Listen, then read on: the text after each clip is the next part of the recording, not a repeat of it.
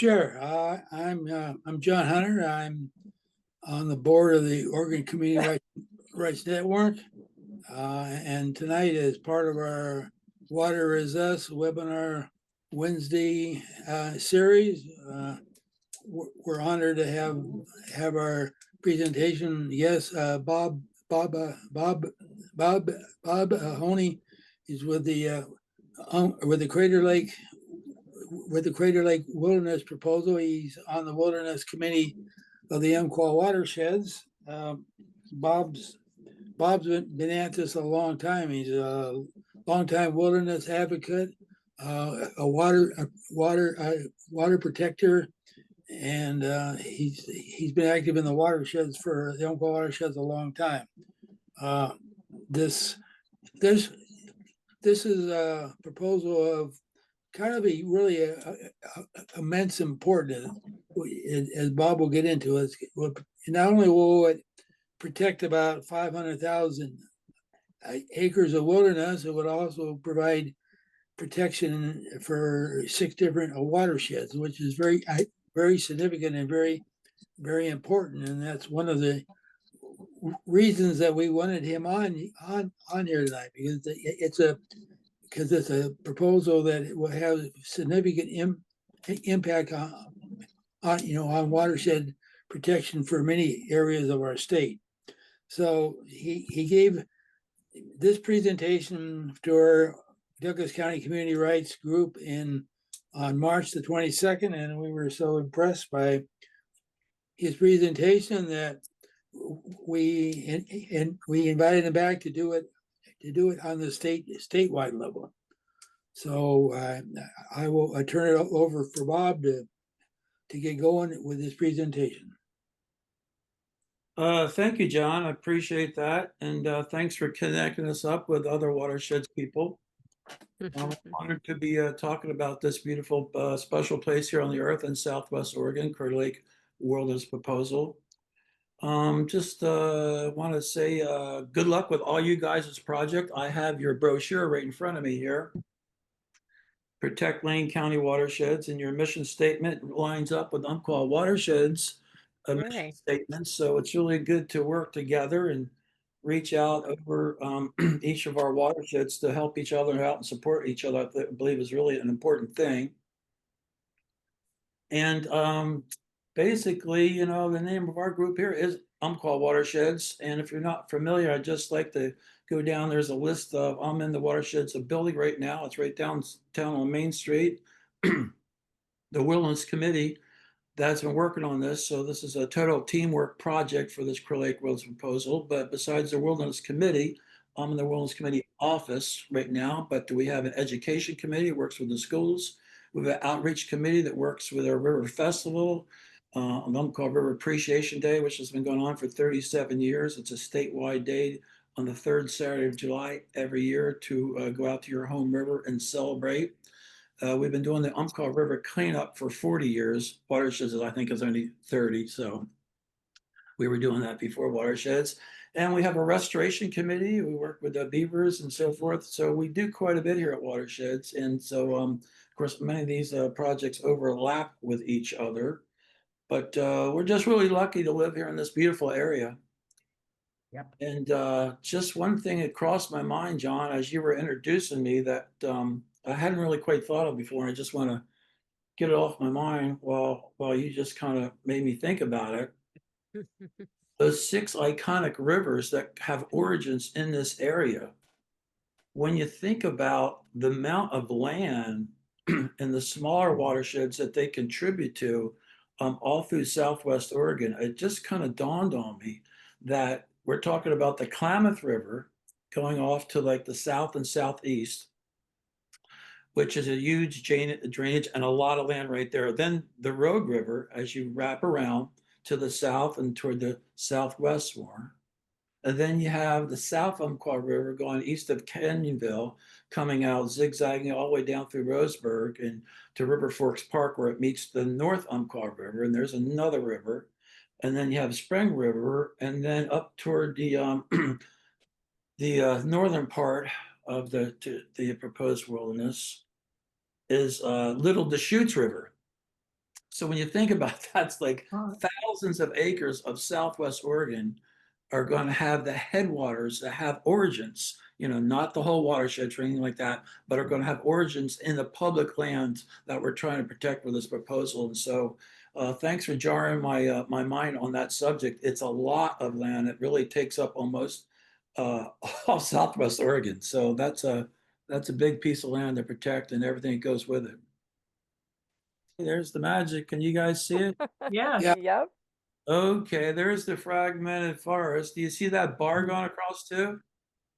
Yep. Is there any way we could take that bar out of the picture there, Aaron? I'm not sure which bar you're talking about. Well, if you guys don't see it, it doesn't matter, I guess. You guys don't see the bar where it says chat and share and all that Oh stuff. yeah, no, you're the only one who can see that. Okay, all right, Yep. I'm fine with that. So okay, Yay. yeah, we dug a few pictures up here from the Douglas County Museum of back in the days of what we used to have. And y'all can see that tree there, that log. Yep. Sure Oh. can.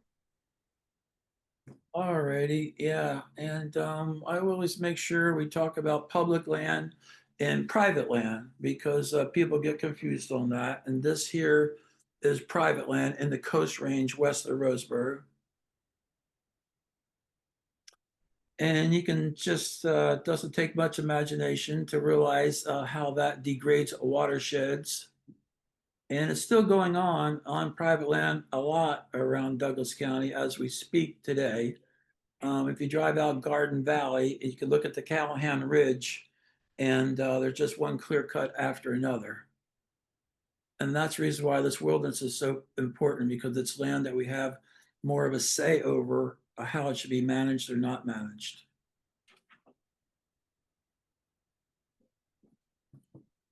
These are salmon here, and the rivers used to have thousands and thousands of salmon and steelhead in them, and now almost all of the fish runs are threatened or endangered. There is a species of the steelhead on the South Umpqua River that it went extinct. Talking to Jeff Dose about that, fisheries biologist, that probably happened in the late 50s or 60s.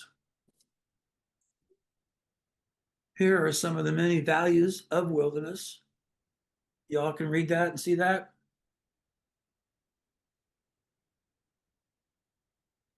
Hello? Yes. Okay.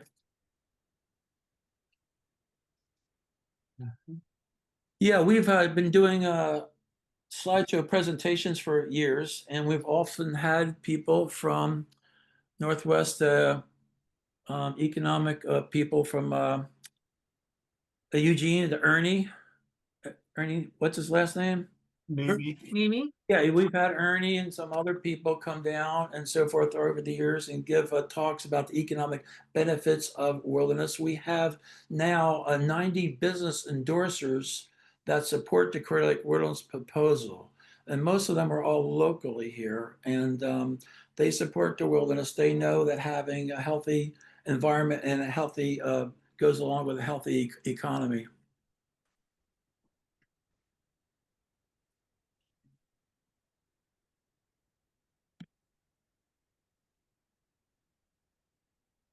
Yeah, it's millions and billions of dollars worth of jobs. And this here was a guide friend of mine, and these folks are from Idaho, and they came to Reedsport on the main stem of the Umpqua to take their sons salmon fishing. And that's about a 30-pound fall Chinook right there, which has been a huge, very popular thing to do with your family. It's fed people for years and years. And the run's not doing quite that well now. I've given up salmon fishing because I've been declining at such a rapid pace.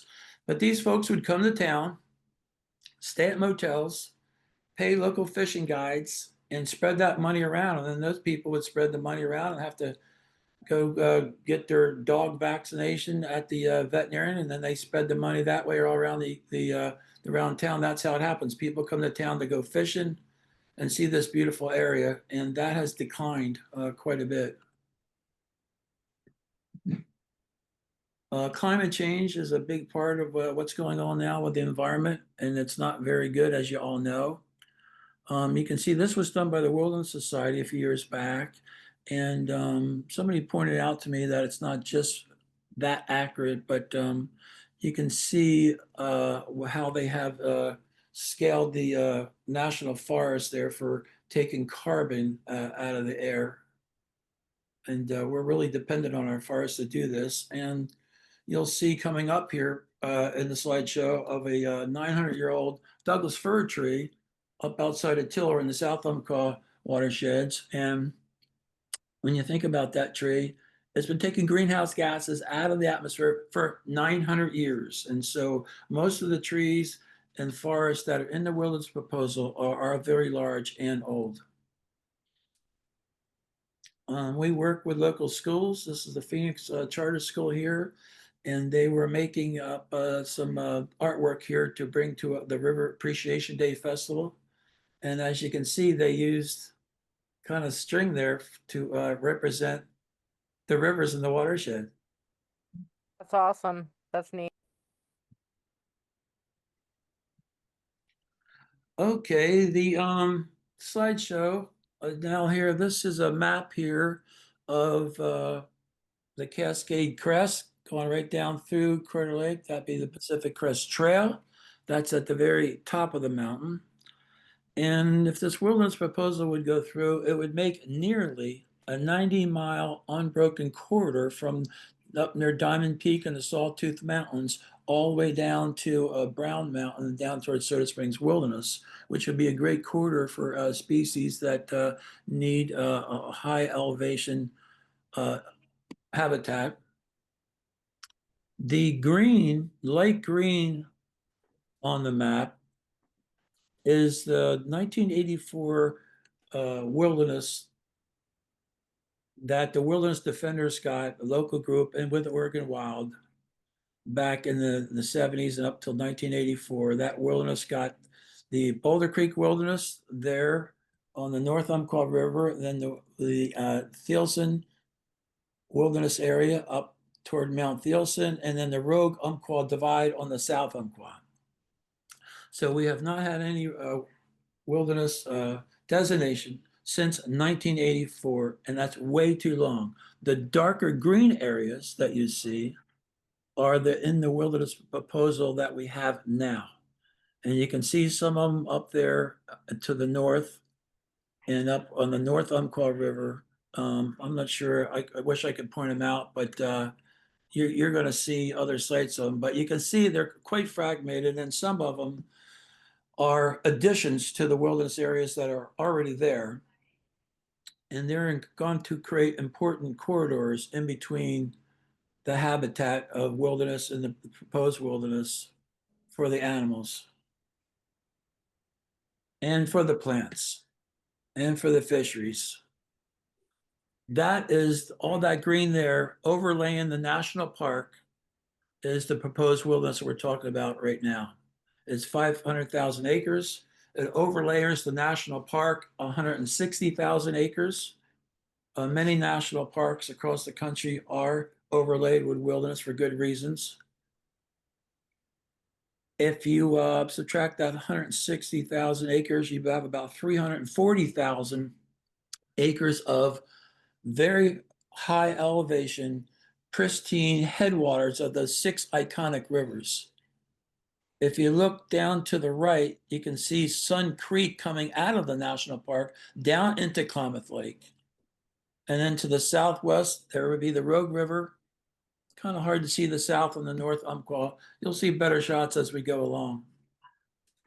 This map here, I spent a few hours for the last 5 or 6 or so years. I started getting fascinated and thinking about not just the rivers, but the creeks that make these rivers up. And if you look at this map, it's a little rough. I'm going to talk to Eric Fernandez about fine tuning this and naming these creeks. We know the names of some of them. But you can see all the arteries of these creeks that are making up the Rogue River, the South Umpqua, the North Umpqua, down into the Klamath. You can really see Sun River coming out down in the southwest corner, southeast corner of Crater Lake there. And we want to go up and explore those, take more pictures of and highlight those creeks. There's quite a few of them. I counted just about 30 or 40 that are just have origins there coming out of the land that we want to protect.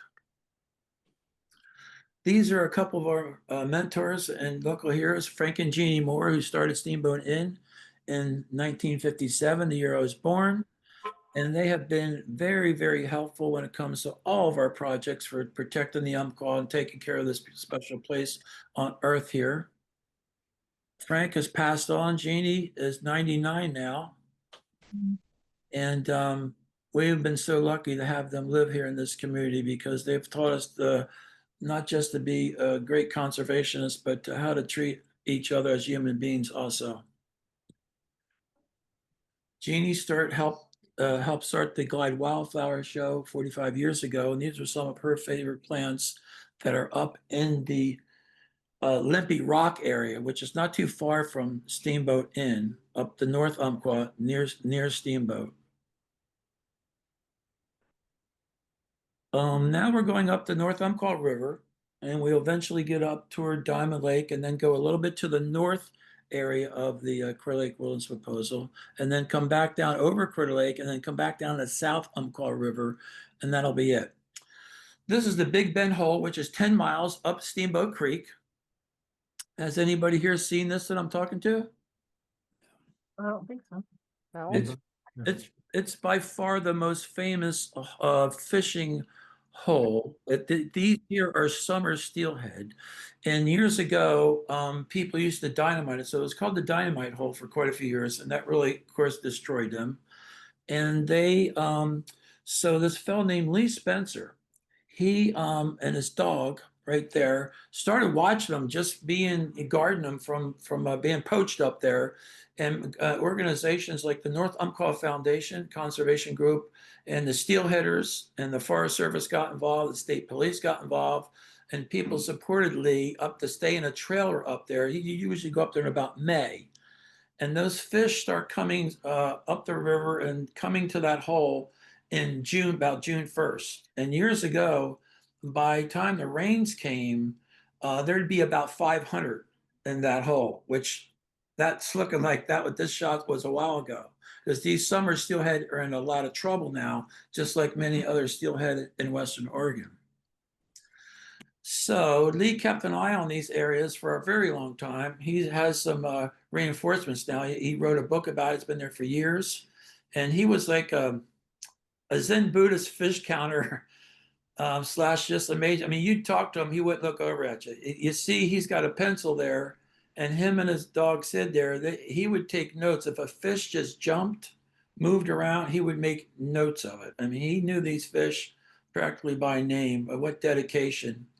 And then when the rains come, those fish go downstream and upstream to spawn. And the reason why they hold up in that hole right there, 10 miles up Steamboat Creek, and I would encourage anybody to go up there in the summertime because there'll be somebody up there and there'll be some fish in that hole, especially August, September, and October. But the reason why they stay in that hole, because this creek here, which comes out of the Bulldog Rock roadless area, which is in the proposal, is called Big Bend Creek. And that's called Big Bend Hole. And this creek comes into Steamboat Creek about 100, maybe 200 feet above that hole. And this water is extremely cold, and it's about 10 to 12 degrees colder than the water when it hits Steamboat Creek, and these fish need cold water. And so that's the reason why they don't go up any higher in the watershed, and they stay in that hole right there. And so this is really important. And the reason why I said this hole is so known, it's been in the Registered Guard, it's been written up in the Oregonian. Oregon Field Guide has done a proposal, or not a proposal, a documentary about it. It has been really, for good reasons, highlighted as such an important place here in the whole Umpqua Watersheds drainage. A large number, I think like 70% of the summer steelhead spawn in the Steamboat Creek drainage.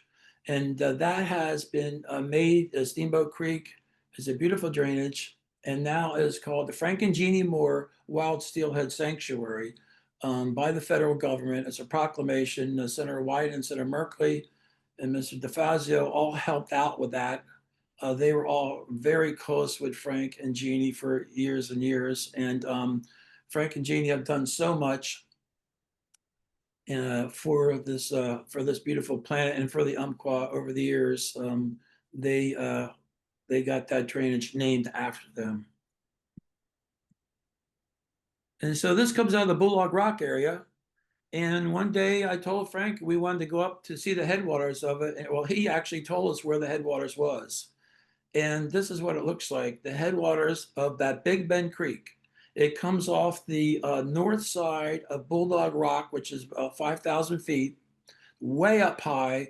And there's like a big meadow up there, and where it's so wet that the trees can't even grow.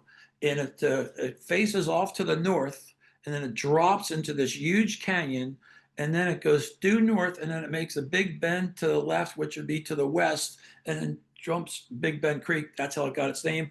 And it tees right into Steamboat Creek, right down where those fish are in the Big Bend hole.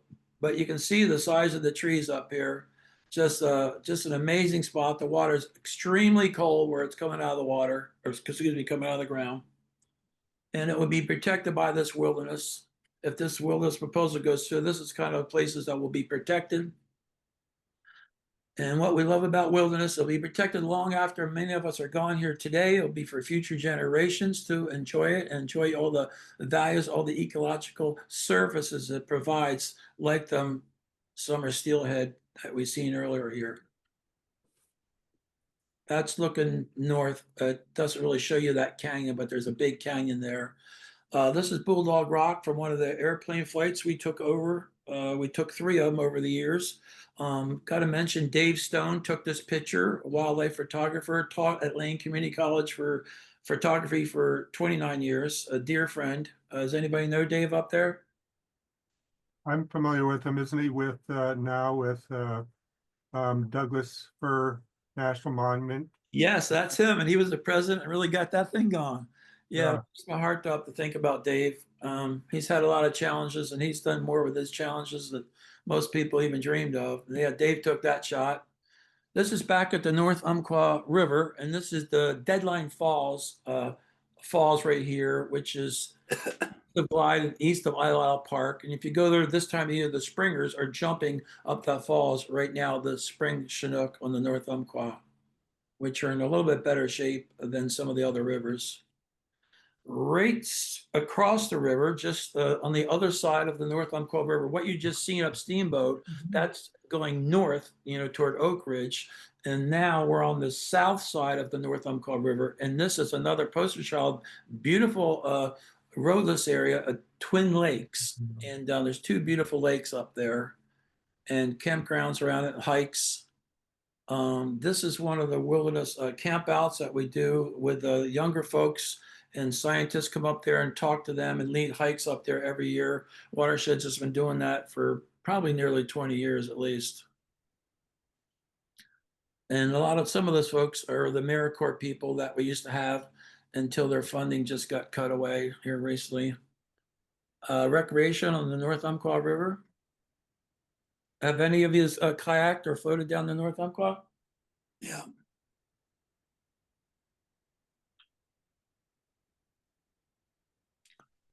We got the North Umpqua and we got the South Umpqua. I'm kind of a South Umpqua boy, but that North Umpqua, it's amazing. But the old South gets kind of lost there with its big cousin, the North Umpqua. There's this picture by Dave Stone.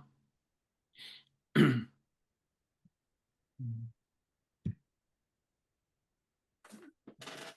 is getting up closer to Diamond Lake, going just east up the North Umpqua River and the North Umpqua Highway there. This was in the Lamola timber sale that Watersheds was able to stop along with other groups, probably Cascadia Wild and the other groups that work together. But this is what it looks like up there. The kind of trees that God or the great creator, whichever you want to call it, planted those seeds. This is another picture there. Francis Ethering took this one about Yeah, this is a flying over. This is the largest roadless area in the Umpqua National Forest, about 15,000 acres. Used to be bigger, but they've whittled that down too. And that's Mount Bailey. And this here is looking kind of west, and that's the roadless area there. Not many creeks, a very different ecosystem up here, high elevation. Pumice is like, who knows how deep the pumice is from the volcano going off there. Medicine Mountain, the Native Americans call that. And this is really in about the same shot here. You can see Mount Thielsen in the background there. And that's Diamond Lake and the ice breaking up. We've had recreation specialists speak to us before we've given the slideshow over the years at the library here. And they've had some interesting stories about how the ice starts getting softer, and then it'll take a big windy day and the wind will just whip it up and just crack it up all on one day after it gets warmed up. This is Spring River, probably one of Oregon's shortest rivers. Water just comes bubbling out of the ground, and that is the headwaters to the North Umpqua River. And that's a fascinating little ecosystem of its own up in there.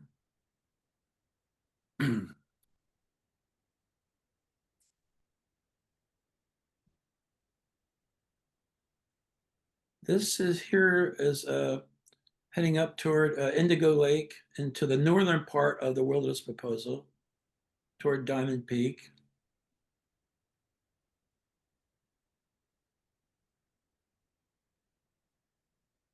And it's just stunningly beautiful. They're very pristine, lots of dragonflies.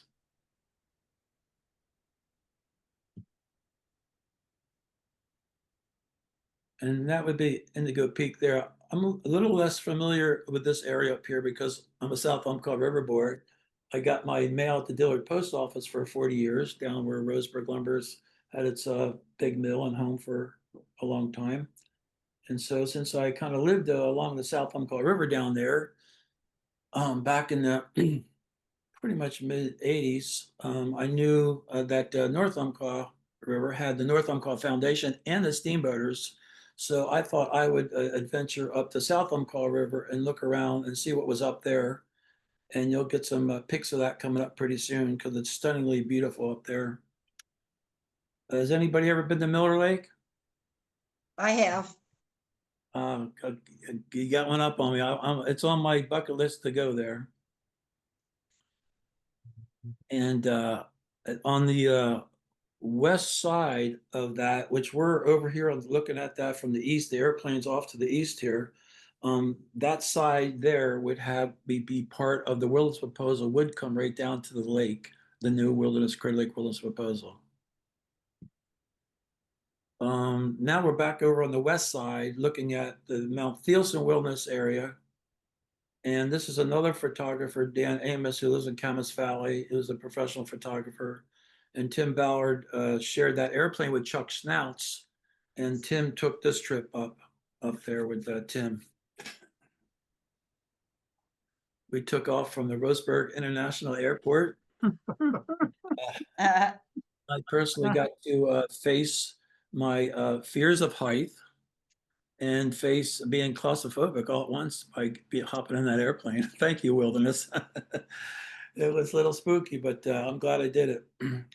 And now we're flying back down the Pacific Crest Trail, and we're 2,000 feet above Crater Lake, which is allowed, and there is the beautiful lake. The mothership, we call it. You can kind of imagine just this huge volcano, it's 7,000 feet around the rim. And that's where the watershed starts. The Pacific Crest Trail and that high elevation, it all starts there and it all makes its way down through our towns and out to the ocean. And here comes Diana Pace, the chair of the Wilderness Committee. I thought I was going to get a little help. She ran out of the office here. Anyway, yeah, it was a beautiful day up there too. I can see the puffy white clouds and just Crater Lake was just, it's breathtaking every time you see it.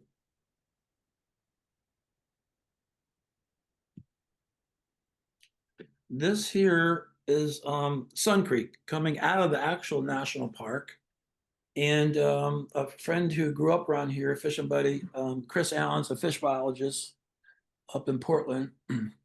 And he was helped out with a lot of different projects as a fisheries. And with the bull trout, they were reintroducing the bull trout to Sun Creek, which it used to be native there. And I think it's gone pretty successful. I've heard, not through Chris, but through other fishing buddies, that they take some of the fish from some of the lakes up around Bend where the bull trout are doing very well, and they take them from there, and then they place them in different streams like the Clackamas and Sun Creek and other places, reintroducing them. This is part of the headwaters of the Rogue River, Boundary Springs, that kind of comes out of the southwest corner of the park. And Diana Pace, who just stuck her nose in here and ran off, she chairs the Wilderness Committee, and she works really hard on this project, and we're really lucky to have her. She took these pictures.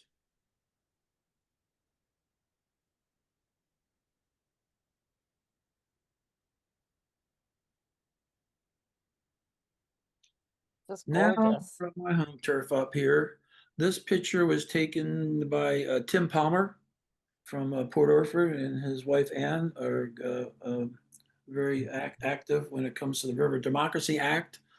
And I'm sure some of you have heard of Tim Palmer. He's written like 30 books and has worked with National Geographic. And you can see how beautiful that South Umpqua is up there. Have any of y'all ventured up to the South Umpqua? I have. I have. We have. Yep. Yeah. It's really special up there. The South Umpqua Falls is pretty close to where we're at here. And that's where the Cow Creek Native Americans and other tribes have come for 10,000 years. They've been having powwows up there. And we're friends with some of those people. And I've spent some powwows up there with Chuck Jackson, a past elder of the Cow Creeks, who's been really helpful and definitely a spiritual teacher. I've never been the same after meeting Chuck. In 1982, he gave a presentation at Fir Oak Grove over here by Stewart Park, and I've never been the same after him. Just he was just so connected to nature, and just was so his relationship with the natural world. I was really impressed with him, and he's passed on now. But I like to bring up our elders and Frank and Jeannie Moore and other people who have helped out so much over the years. This is the Last Creek Roadless area. Which is a real special area. It's providing a lot of fresh water to the upper South Umpqua River. These spring Chinook salmon on the South Umpqua River have been in trouble for a long time. And Oregon Fish and Wildlife, not like Alaska, where a lot of fishermen's wife get on them, they get out ahead of some of these fish declining and try to do something ahead of time. And now, just a couple of years ago, only 17 spring Chinook, the iconic spring Chinook, came back on the South Umpqua River just a couple of years ago. They've bounced back to like 100 or something like that, but that's really close to extinction. And so Stan Brzezowski and other people have tried to support these fish and let the public know, and have traveled all over the place to meetings to try to get the Fish and Wildlife Service to list them as endangered and threatened fish. And they've been petitioned a couple of times, and there's just been some of the people that are just fighting against that, saying, well, they're the same as the fall Chinook. Well, they're not. Genetically, they're not. And so it's an ongoing battle.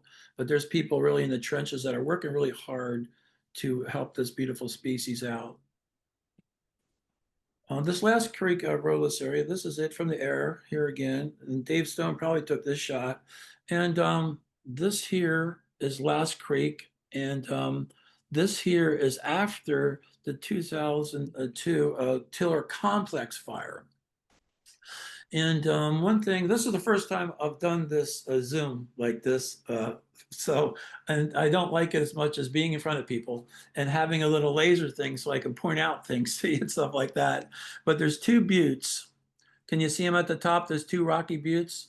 They're Yep. fascinating. They're very unique. You don't see them many places. Two big rocky buttes. They're right about 5,000 feet. The one on the left has a trail going up to it, and we renamed it Vision Mountain. The other rocky butte there is called Black Rock Butte. And it's a real fascinating, really very wild area here. This is Alaska roadless area. It's the largest roadless area in this upper South Umpqua drainage, which is really important. If you look on the Vision Mountain, the one to the left, and you can see two old clear cuts. Can you see them up there? Yeah. Because they're dark and they're surrounded, both of them are surrounded 360 degrees with old growth trees. And so, and well, you can see it off to the right. You can see it in several spots here from the air. And so we know that the old growth trees are resilient to fire quite a bit. There's no ladder fuels going up there for sometimes 100, 150 feet, and the bark is real thick. And so we know their resilience. And that's one thing the timber industry never mentions things like this here and so forth. The plantations just go burn up really quick. Now, does old growth and ancient forest burn? Yes, it does. We don't have to not say that. We know it does sometimes. Of course, when we had the Archer Creek fire, everything burnt. But for the most part, they're resilient over and over. This is a real special area that is providing fresh water to the upper South Umpqua River. This is a special shot for me personally. This is the 900-year-old tree that was bored. It was 850 years. It was first bored about 30 years ago. And they thought it was roughly 850 years old. And that was the timber industry, the Forest Service, and the president of Umpqua Watersheds at the time, Ken Carloni. And they bored it more than once. And the inner rings of the tree were so smushed together that they had to just kind of estimate it that it was 850 years old, the Tiller Complex fire. The picture on the left is me and my son there. Bow and took that shot, and you can't really see the depth of that bark, but it was over a foot deep. You can see it's been burnt for hundreds of times over 850 years. I call it 900 years old now. And the Tiller Complex fire came over the next shot over where you see it roasted here and it's pitch black and you can see how deep the bark used to be. Okay. And then if you look to the right a little bit more up there, you can see it was an understory burn up in the right-hand corner of your screen. You can see it was an understory burn. And so this is what the old growth does. It's resilient to fire. And between that last shot from the air where you can see how the old growth ancient forests are resilient, and this one here, it's really good to to be out there taking these shots and documenting what's actually going on out there. These are the spring chinook we're talking about, and these are the amazing creatures. I know John fishes. The spring chinook are sought after by the indigenous people and fishermen, and they have more of the oils in them that are really good for you. They're extremely strong and fight you. They're very elusive. They're just amazing creatures, the spring chinook. They need special habitat. The Coos River, Coquille River, Elk and Sitka, they don't have any springers because they don't have deep holes 15, 20, 30 feet deep like the North Umpqua, like the Upper South Umpqua. The Rogue River, the Klamath River, the two Umpqua rivers there, they have this habitat, of course, the Columbia River Gorge. So spring chinook come up now. They've been coming up from in April. They mostly come up through the month of May and June, and they go up to these deep holes way up in the Umpqua National Forest on the North and South Umpqua rivers.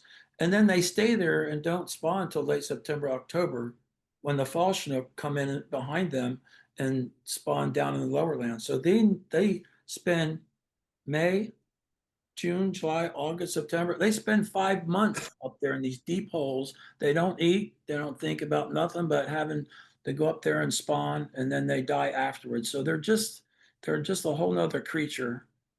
And the fact that they come up and need that special habitat makes it kind of difficult for them because that's a special habitat a lot of rivers don't even have. Okay, we'd like to get input from people. And so when we get done here, we'd love to hear from you.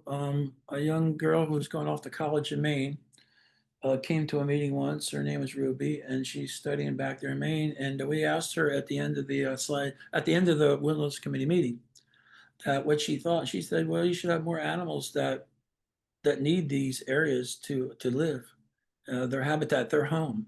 And so we started adding some of them. This is an otter eating a lamprey. And then there's lamprey in the upper slide there. There used to be thousands, if not millions of them come up most of these rivers. When I moved to Douglas County 45 years ago, 1980, the fish ladder was full of thousands and thousands of lamprey. When the smallmouth bass got introduced about 1985, 1986, it took about 2 years and they just decimated them. And now they are threatened and endangered too.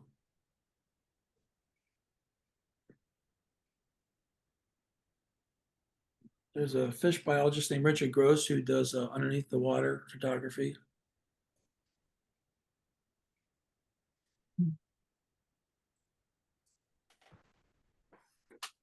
And here are some of those creatures that Ruby was talking about that depend on fresh water and cold water for the most part. Sometimes doesn't have, some of the raccoon probably don't need no cold water, but yeah, there's a lot of creatures that depend on this. You say habitat, but really another word for that is their home, just like our home. We all need this.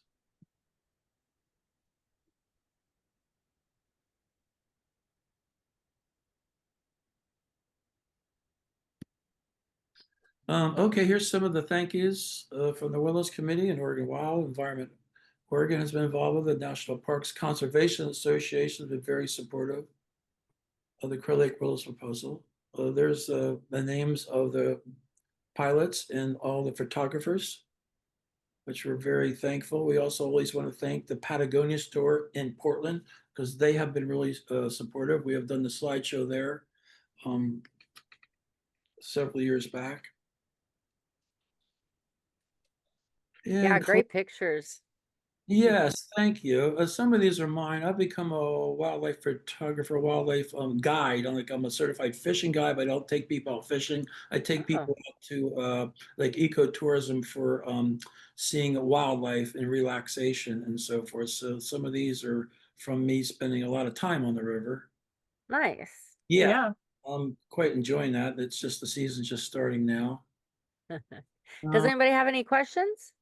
Yeah, please, any questions or comments? We'd love to hear from us. You know, our best resource is our minds thinking of things up that maybe we haven't thought of, just like that young girl, Ruby, who came to the meeting just once and suggested that we put some of the creatures that need the forest in the shots. So that was a good example of using our minds. Great idea. Yeah. Absolutely. Yes, thank you. Do you guys have legislation in place that's being introduced to try to?